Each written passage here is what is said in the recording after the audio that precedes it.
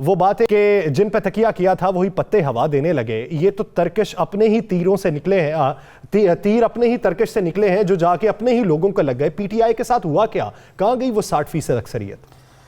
बिस्मिल्लाहिर्रहमानिर्रहीम। अस्सलातु वस्सलामु अलैका या सय्यदी या रसूलल्लाह, अस्सलातु वस्सलामु अलैका या सय्यदी या हबीबल्लाह।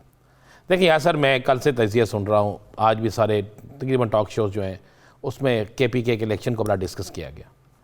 और आज मुझे प्रेस कॉन्फ्रेंस में मौलाना फजलुर रहमान बड़े खुश नज़र आए और आज बनता था बिल्कुल। आज उनकी गुफ्तगू में वो जलाल नहीं था, गुफ्तगू में वो तनकीद नहीं थी, गुफ्तगू में वो गिला नहीं था, अब वो गुफ्तगू में वो तकलीफ नहीं था। हाँ, मैं वही कहने लगा।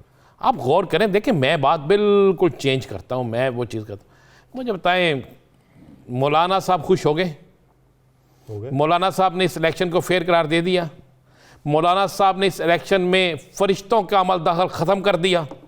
कह दिया कि किसी फरिश्ते का अमल दखल नहीं है। हैरत अंगेज तौर पर अभी तक हतमी नताइज मौसूल नहीं हुए, बहुत से पोलिंग स्टेशन के रहते हैं, लेकिन किसी ने यह नहीं कहा कि ताखीर क्यों हो रही है। जी मैं वर्ड्स कर रहा हूँ। तो इसका मतलब है यार, जिसको जहाँ पे हिस्सा चाहिए था उसको हिस्सा मिल गया। मैं बहुत पहले कहता था कि बहुत से लोग अपना हिस्सा लेने के लिए कुछ कर रहे हैं, बहुत से लोग गेट नंबर 4 पे खड़े होकर किसका इंतज़ार करते हैं, बहुत से लोग अपना प्रेशर डालकर बहुत सी चीज़ें करते हैं। मैंने जिस तरह कहा था कि लाहौर में PTI ने अपना उम्मीदवार ना देकर अगेन किया, उसने 2 सियासी जमातों को आपस में लड़ाकर खुद मजलूम बन के उन दोनों को एक दूसरे के खिलाफ खड़ा कर दिया। देखें, पेशावर के इलेक्शन में हो या KPK के पूरे इलेक्शन, आप ज़रा गौर करें, जहाँ PTI को नुकसान PTI ने पहुँचाया उस पर भी बात करेंगे और उसके अंदर की खबर भी आपको देंगे। और दूसरा, मैं आपको इशारतन कह देता हूँ, मौलाना साहब की अब स्पीड कम हो जाएगी। मौलाना साहब जो एक फुल स्पीड से जा रहे थे, एक्सीलेटर आखिरी दमों पे था कि जनाब अब मैंने गिरा देना सारा कुछ, अब इस तरफ नहीं होगा।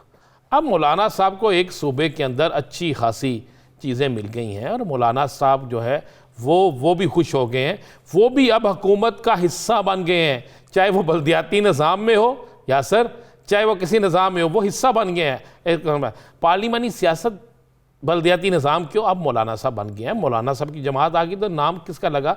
कायद कौन हुए? मौलाना फजलुर रहमान।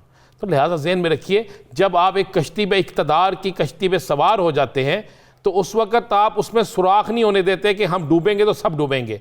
लिहाजा अब वो जो एक थी ना कि 2 साल से पहले इलेक्शन, 22 में इलेक्शन, अब मौलाना साहब खुद इसका हिस्सा बन गए हैं। और ज़हन में रखिएगा, सूबाई हुकूमत रहेगी तो बल्दियाती निज़ाम भी चलता रहेगा।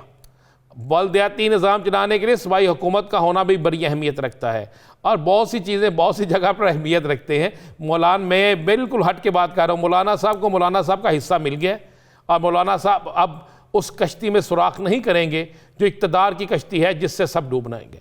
आगे अब आ जाते हैं। सवाल ये बनता है, कोई एक आधा रहनुमा ये कहे ना कि मेरे हलके में ऐसा हुआ कि मेरे साथ वाले ने दूसरे का साथ दे दिया।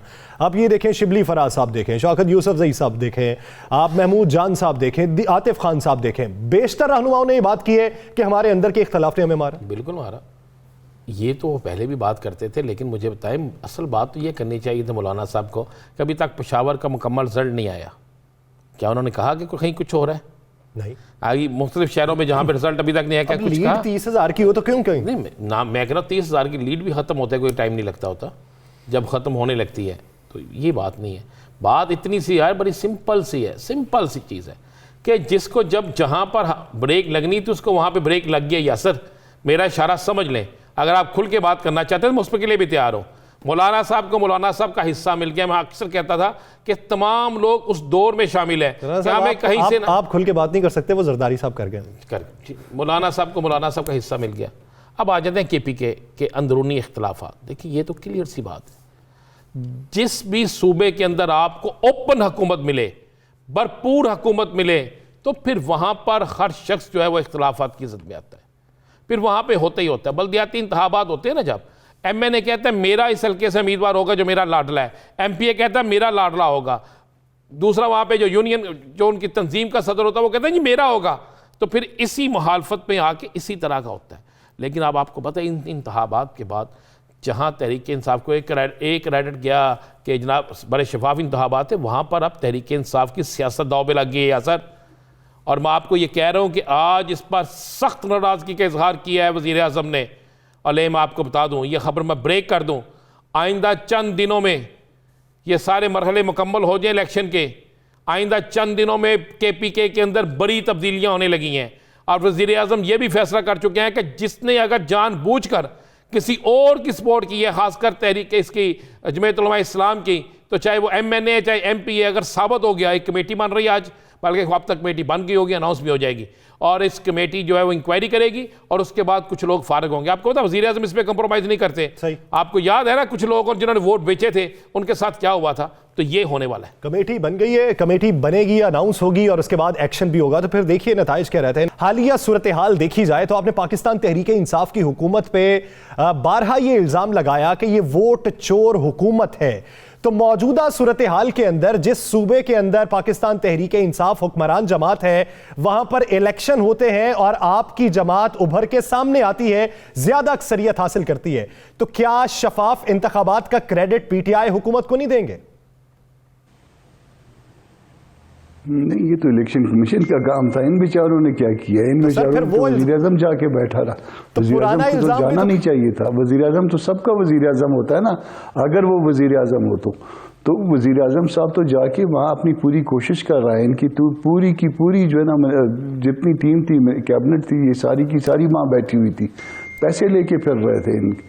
तो जब ये हरकतें हों और उसमें आपके पास क्लिप भी आए होंगे वो पैसों वाले हिसाब में, तो जब ये सारी हरकतें ये हो, आपकी हरकतें ये हैं कि शौकत तरीन साहब जो है ना सिंध से, सूबा सिंध से ताल्लुक़ रखते हैं। पहले आप उसको पंजाब लाना चाह रहे थे इलेक्शन लड़ाने के लिए, सिंध से आदमी को, और उसके बाद KPK से ला के उसको इलेक्ट करवाया, वोट तब्दील करवा के। ये क्या है? ये कोई नजरियाती सियासत है? सियासत इस तरह से होती है? लोग अपना सूबा छोड़ते हैं क्या? ये तो एक तरह से गाली हुआ करती है कि एक सूबे से नहीं, मेरे पास इस सूबे में वोट नहीं है, अच्छा दूसरे सूबे में जाके अपने को रजिस्टर करवा लेते हैं इलेक्शन के मौके कामरान पे। साहब, ANP भी अच्छे नंबर ले गई, ANP के भी अच्छे नंबर आ गए, क्या मुस्तकबिल में ANP और आप मिलकर सियासत करेंगे? हमने और उन्होंने पहले भी मिलकर सियासत की है, अब भी हो सकता है। सियासत में दरवाजे खुले होते हैं, सियासत जोड़ का नाम है, कोई तोड़ का नाम तो है नहीं है। और हम पहले भी नजदीक रहे हैं, मुफ्ती साहब के जमाने में भी जो है ना वो उसमें हमने मिलकर वो जो मकसद एक बड़ा था PDM का मकसद, जिसमें आपने कहा था सबसे बड़ा मकसद ही हमारा ये है PDM, उसमें आप इकट्ठे नहीं हो रहे, बाकी सियासत आप अपनी इकट्ठी करने, उस पर तो आप इकट्ठे नहीं है। देखिए बहुत सारी पार्टियां हैं, बहुत सी पार्टियों के अपने अपने जो है ना वो नजरियात है, और बाज़ औक़ात जो है ना वो इकट्ठे नहीं चल पाते, बाज़ औक़ात इकट्ठे चल पाते हैं। मगर देखिए हम PDM में इकट्ठे हैं, इसके बावजूद हम सब ने इलेक्शन, नून को ले लीजिए और दूसरी जमातों को ले लीजिए, तो हम बावजूद इसके कि PDM में इकट्ठे हैं, मगर इलेक्शन हमने अपने अपने लड़े हैं। तो इलेक्शन को ये इंतखाबी इत्तेहाद तो है नहीं है, मगर उसके बाद जो है ना वो मुल्क के इंटरेस्ट में, पब्लिक के इंटरेस्ट में इकट्ठे हुआ जा सकता है, इसमें कोई बुरी बात नहीं हुआ करती है। सही, पब्लिक इंटरेस्ट में इकट्ठे हुआ जा सकता है, उसमें कोई बुरी बात नहीं है।